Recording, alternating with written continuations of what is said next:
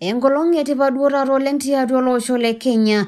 Edamuni ajo ore ilarin 10 otulusoitie elolari lonkalusuni are otomon okuni nimie iltung'anak oota esiana enkishui enye iltung'anak 67 eimu naa erasakino olari oyioloti oleng enaa Al-Shabaab te mall e Westagte tena anasa kitok e Nairobi. Ore duo taata tenkakenya neshomo dukuya edamuni iltung'anak apa oiminie enkishui enye eimu naa erasakino lelo arruok olturrur le Al-Shabaab eparani malls napaasha tele duka kitok le Nairobi.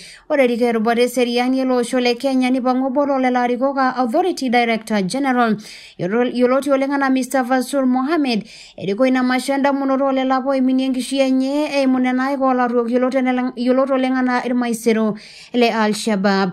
Iterua naa duo taata ilo musafara te mall e TRM torbaribara kitok le Thika Highway enitokini ole Imara Daima Junction Mall torbaribara le Ngong tenebo mall e Westgate itemurua Westlands teina petaasa ina kias enkarruisho tiatua ele osho le Kenya toolarin 10 otulusoitie.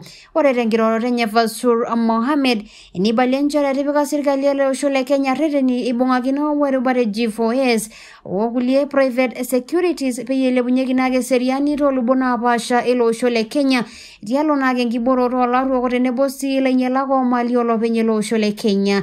Survivors and families of all victims of the Westgate terror attack.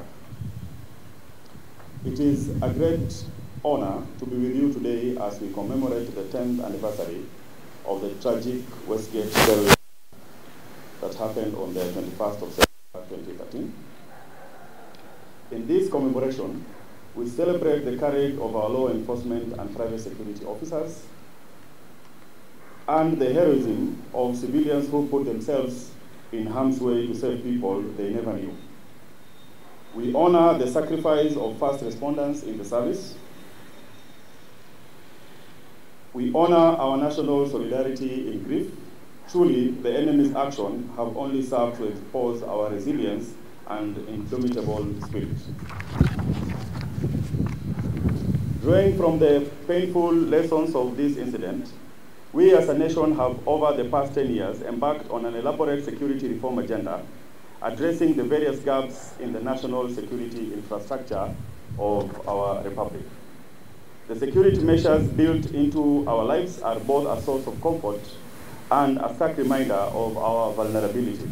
And we have since grown, but dangers to our country can come not only from beyond our borders, but also from the violence nurtured within by malign elements in our society. It is our duty as a government to confront them boldly and to nip them in the bud promptly. Ladies and gentlemen, the private security officers have for years been a reassuring presence in almost all spheres of our economic and society. This broad and deep penetration of PSOs, the average number, as we're talking today, of private security officers in the country is almost 1 million boots on the ground. Coupled with their daily interaction with fellow citizens across all social strata, strategically places the officers at the center of raw intelligence, giving them an unfettered access to a treasure of information vital to our planning and other security measures. These huge numbers and their spread within the society we live in creates a perfect human surveillance system whose intelligence is not only credible but real-time. The static nature of the private security officers enables them to have a clear and intimate knowledge of what is normal at their workstation, enabling them to quickly spot telltale trends that are deemed inconsistent with the and of immense interest to our national intelligence network. Their presence in the shopping centers, banks, school residences that collectively define our socio-economic engagement as a country is therefore a major boost to our determination to secure our neighborhoods, business premises, facilities, infrastructure, and residential amenities.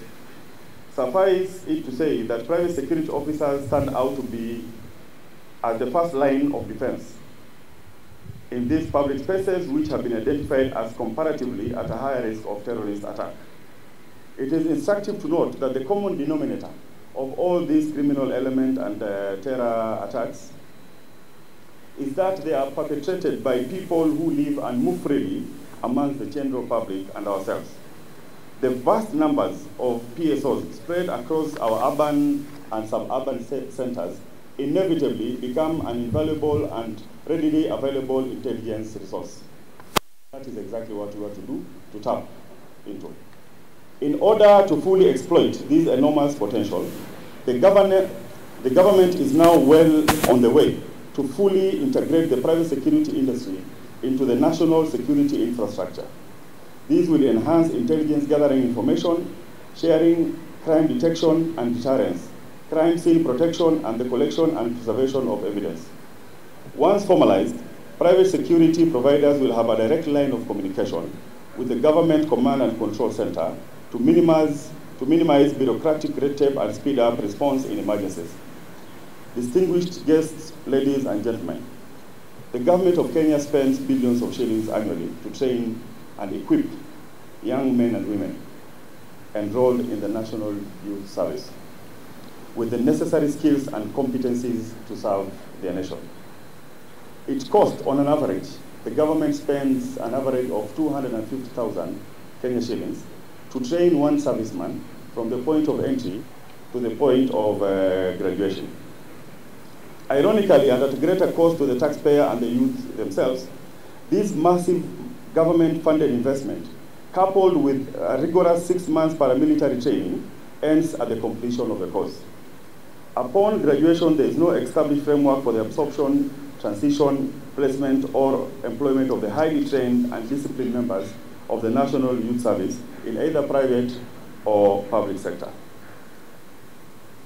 In light of this, and in recognition of the critical training and exceptional skills that NYS exposes our youth to, we are now developing a policy framework that, once adopted, will prioritize NYS graduates to transit seamlessly into the private security industry. This is a win-win scenario for the private security industry, which will have easy access to a pool of skilled and professional personnel for employment, and for the government, which will see this synergistic engagement with a huge potential for the youth employment. Ladies and gentlemen, placement in the security industry is a high calling to public service that comes with non-negotiable and well thought out irreducible minimum of honesty, integrity, professionalism, all laced with a strong sense of patriotism. As part of the ongoing private security reform, and as part of integrating the private security industry into the national security infrastructure of our republic, we intend to recognize our private security officers for their bravery and distinguished service, which will ultimately shape their career path. In this regard, a grading system has been calibrated to reward and to ensure that officers who have deemed to excel in service delivery not only receive appropriate recognition, but also higher grade categorization and placement in a more professionally challenging service cadres. Under this arrangement, grade A of private security officers will be rated as the most qualified and will be given to provide security to the critical infrastructure and strategic installations of our republic.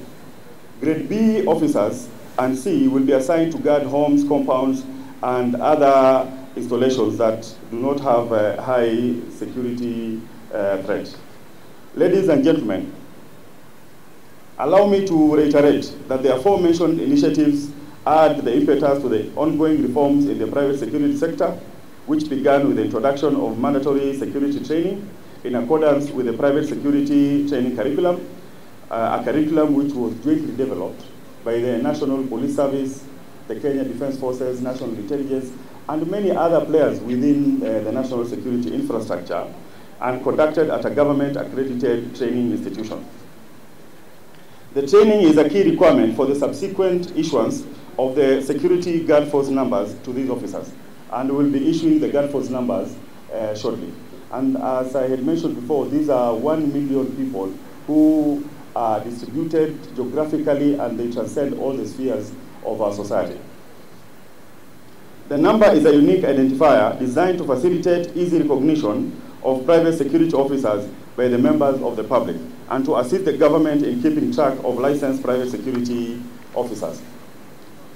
The issuance of the security force numbers to private security officers deployed here at Westagte Mall Shopping today demonstrate our commitment as a government to scale up the initiative to cover all the nearly 1 million private security officers deployed across the country.